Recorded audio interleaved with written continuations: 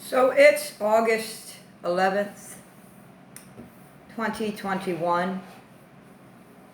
I've got a busy day. Well, I've had a busy week because I'm preparing for exile, after all.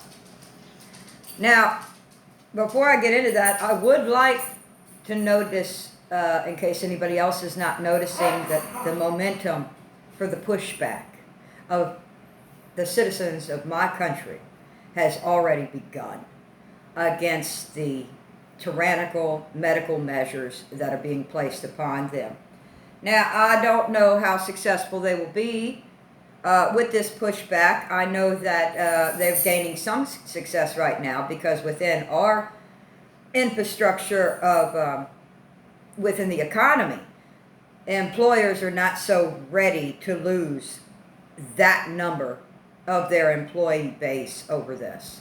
And really that's what it all comes down to at the end of the day, that mean, lean money machine. Isn't that right? But so, anywho's, that's not going to stop me from continuing to prepare for exile because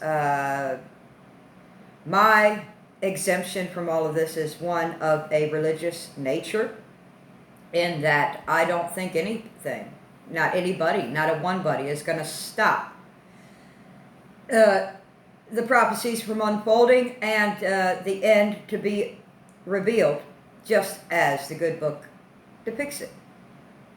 That being said, let's talk about this is real talk now. Okay, this is serious business. I can't tell anybody else what to do. I'm stating what I'm doing in an effort to maybe not only document being thrust into the valley of the lepers, as it would be, but to also maybe offer some ideas to those who may be, dealing with this on their own. Exile is going to be different for everybody. In my particular situation, exile is going to mean just that in its entirety, because there's no program that I am qualified for to take advantage of any other kind of financial means other than working a job and earning my keep the old-fashioned way. So, since I'm going to be thrown out of that system at some point in time over this force, as this force is on all men, great and small, rich and poor, free and bond, from one end of this globe to the other, I have to prepare for that, right? I have to make that transition into oblivion and nothingness and homelessness, and being then even less resourceful than a homeless person would be in this exile. It's real and it's heavy, and so I anticipate there's going to be a lot of challenges. So I'm trying to get as many of those challenges out of the way now that I can possibly get out of the way. So let's begin.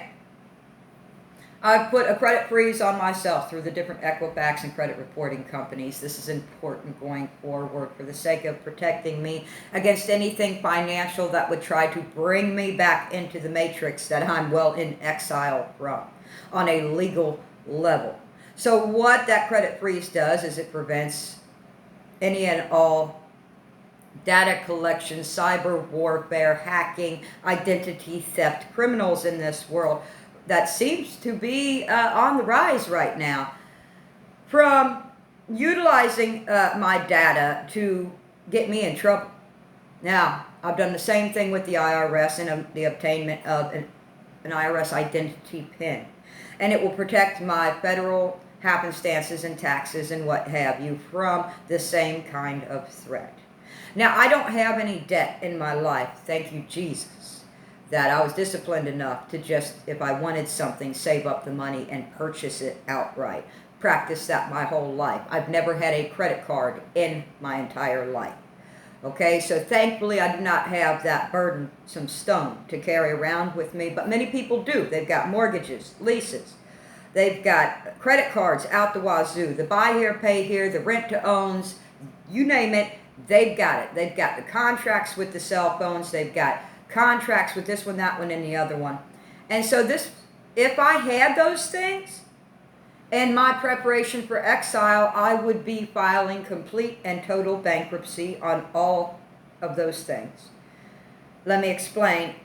If not the filing now, since it is something an attorney can take care of without your physical presence being in a courtroom setting that you are exiled from, if you're keeping up.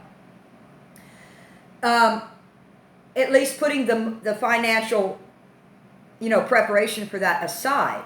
But that would be on the agenda as complete and total bankruptcy. And here's the thing. We're talking about exile. We're not talking about prepping for doomsday, stockpiling food, pantries. We're not talking about, a zombie apocalypse here. We're talking about exile. And in this particular case of exile that has presented itself, across the entire world,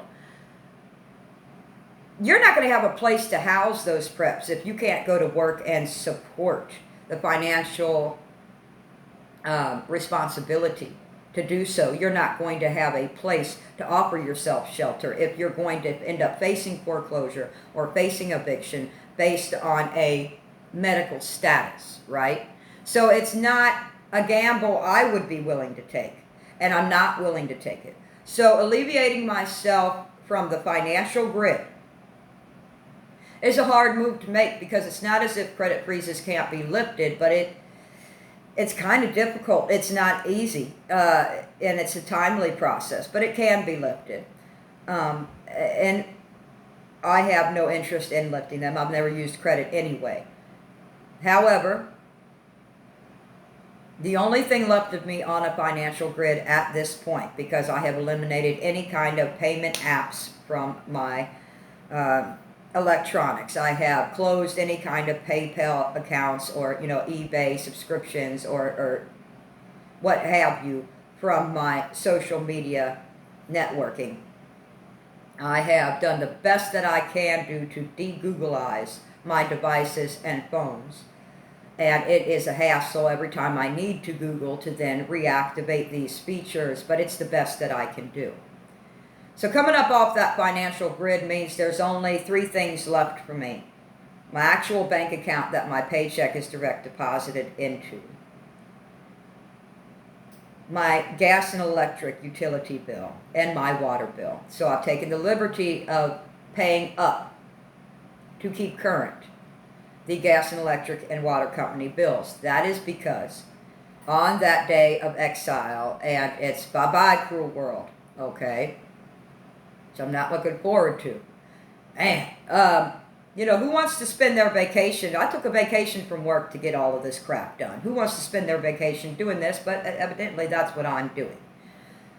So upon my departure, a minimum amount of monies owed to these utility companies will then be paid, and then whatever the fee is that is associated with canceling the accounts altogether, to get me off of their system permanently and without penalty and or anything, again, that could rope me back into a financial responsibility that is owed. So coming up off the financial grid was a big move to make, but it's something that I've already accomplished and got in place for myself. Now, since I do not anticipate being able to lease, rent, have a job to pay for anything like that, being ousted from societal public places and jobs, I don't have a need for all this furniture and stuff. So the liquidation process has already went underway to then better finance me to pay up any debt that I do have and to pay, off the gas and electric and what have you. So, bye-bye all my stuff, all my crap in life.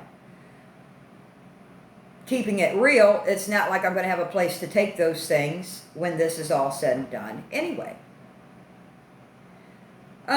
Journeying into exile is something else. I have an appointment today at 3:30, which is why I'm making this video now.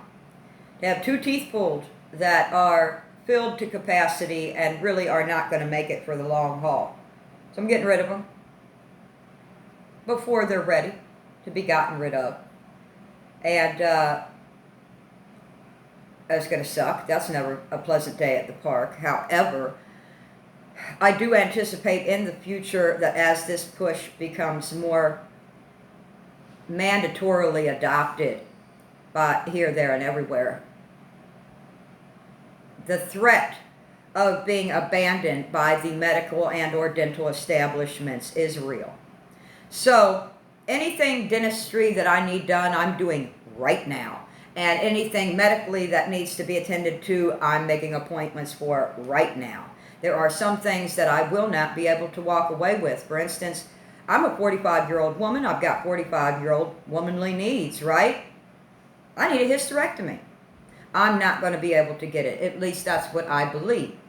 And the amount of time before they begin the ousting of those in exile from this, from even receiving medical care.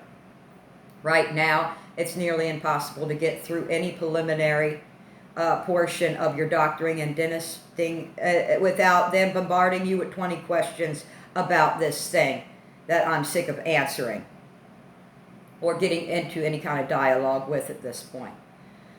So, I have to take me, my needs, my everything with me when I go. And again, all I'm trying to accomplish here is making that process as less stressful that I possibly can within my own control. Now, I have taken vacation time to accomplish all of these things. And so there is other things that I'm doing during this vacation time to even better assist me going forward. I do work for a company that is going to be on the list of people who want to push and mandate this thing. And so as a result, I'm utilizing all of my benefits within my benefit package to the hilt as much as I possibly can within this limited window of time while I'm still employed with them. But also, before I return off of vacation, I will be linked up and have done already all of the preliminary paperwork associated with the different temp agencies in my area. So in my area, I've got 3 right around me. I'm already ready to go with these agencies. I am literally a phone call and a drug test away from being placed on assignment. And again, upon my ousting, this just makes my plight that much more easier. When it's bye-bye with me, it's out with me. You were a hero last year for being an essential worker, and now you're garbage. Get out. Shoot. So, where does that leave us? Well, I'll tell you where it leaves me. At least here in the next couple days, it leaves me in a whole lot of pain as I recover from my extractions, if you will. Oh my goodness of my gracious. And preparing then for filling work and other dentistry needs to take place before it's all said and done. It leaves me in a place where I know that going forward, I won't be able to take advantage, even if times got so desperate indeed to do so, with anything credit related. And believe me when I tell you, there's a lot of people I know who are using the credit system at this moment in time to better help them prepare for what's coming by sabotaging themselves. Pretty much figuring that this economy is going to collapse on top of them, whether or not they do that. So it's everybody and each and every man, woman, and child for themselves in this to make their own decisions. But for me personally, becoming as invisible as one can possibly try to become is the best that I can do for myself and employable at the same time. So I've taken the liberty yesterday of going and getting my driver's license renewed. Now understand, I am a year prior to being due for renewal. However, I don't anticipate being allowed in that building. As soon as the variant epidemic is being extorted for all of that it is worth. So they shaved a year, and you'll have to check your own states for your own rules and what have you, but they shaved a year off of the lifetime then of my identification. My driver's license there, and so that kind of sucks, but at the same time it kind of sucks. I think this is the last driver's license I'm ever going to get. But then it's good for 3 years, and personally I don't think the likelihood that I'm going to survive 3 years in the elements without resource, without community, without the ability to see a doctor or a dentist or enter a building to purchase food or acquiring money to purchase food with in the first place will supersede that time period. So that's the saddest news from this situation, but that is what the Lord has allowed the beast to have power to do over the people, and it is to conquer them and ultimately kill them should they not submit. According to the book, there's only 3 ways to go about preparing for exile if one was going to do so, and you're going to live by the sword and die by the sword, which I'm sure a lot of people are thinking about. But those who leadeth into captivity, oh, they'll be led into captivity as well. Shame on you. However, the third option and only option then that is left to take is to endure until the end, whatever that end may be. So I'm just trying, within my best efforts, to prepare for the endurance that I'm going to have to take on myself. I'm going to have to be worrying about how to feed myself, clothe myself, house myself, battling hypothermia, battling heat stroke conditions, battling the elements. And I don't want all of these paperwork technicalities here within the matrix following me over there, adding to my stress level. But I tell you what, it's not all about your papers in life.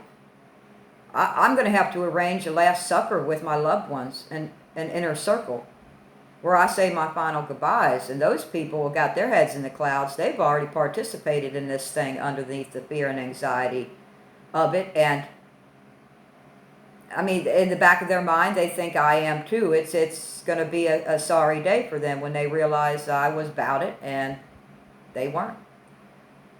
And trying to put together a speech that can then help explain things to my 8-year-old beloved granddaughter is going to be the hardest thing I've ever done in my entire life, is to say goodbye to that child. Because I simply have no control and am unable to save her from this. Which brings me back to the every man, woman, and child for themselves thing. It's real, folks, and this is real talk about somebody who is seriously preparing to go into this exile that is going to be initiated on people should they not bow down and comply with this thing. Now, I got pets. You know, I got a life like everybody else. A job, a place to live, pets, a vehicle. I ain't no different from anybody else. Health needs, you know. But the only difference is, I know what exile means for the most part. And there's no way you can prep for something like this. I watch and have watched the prepper channels and homesteaders and bushcrafters and independent survivalists and all kinds of different people within what we would consider to be the truth community spend what seems like a lifetime putting together all efforts in place that could possibly protect and or comfort and or save you from what's about to fall on us here. And while they have many avenues covered and an independent off-grid lifestyle, what they don't realize is that as long as you're roped in to that financial grid, the biggest and most important thing to prep for in the preservation of your salvation is going to be what decides at the end of the day whether or not you're going to lose your very being and soul to this system in order to protect the off-grid properties that you got loans against, that you've got rent-to-own sheds on, that you've got all these things tied up in, or you're going to come out of her, my people, lest you take part in these sins. Because I have an off-grid property that's bought and paid for. I've prepaid the property taxes on it for the next 3 years. And I don't have the money to develop it and make it a homestead. So all it is undeveloped land. I can camp on it. I might be able to plant a few things on it. But it's definitely not going to house me and my pets and my crap in life. And so it's the same. It's probably a homeless person's paradise, if there could be such a thing. But all and still, should we ever come to the day where folks are ratted out and hunted down like runaway debt slaves, going underground will be my only option, and the abandonment of that property then will surface itself. So I have to mentally wrap my head around that going forward long term. But just for right now, preparing just to lose my big city life is what's on the table, and everything that is encompassed within that. And it's heavy and it's hard, but if I don't do these things now, it's going to be too many details to attend to while I'm crying in my beer because my boss canned me, right? So these are some of the things that I'm doing, and making preparations for my pets. I've had these dogs 8 years, y'all. This is difficult. This is pulling out the heartstrings right here. I don't know how I'm going to take care of myself. And being a responsible pet owner means I would not drag them into a situation where I could not have some level of guarantee of being able to take care of them. So I can only afford to wing that with one of my animals. Particularly, not necessarily the favorite, but the one that is unmicrochipped, if you want me to just spell it out for you, while the other two are track and traceable. And it sucks that this is the reason why I have to make the decision of who goes and who stays. But this is serious talk. This is stuff the prepping community has been preparing for decades upon decades at this point. And now it's real. And now it's happening. And now it's in the faces of everybody. And I am devastated because I don't want to do this. But every fiber within my being won't see to doing anything else, because I'm coming out of her, my people. Unless I take part in these particular sins. And that's how I feel about it. And that's what I'm going to do about it. And that's the end of it. So God bless you. God bless me. God bless everybody in their journey through this. Till next time. Bye-bye.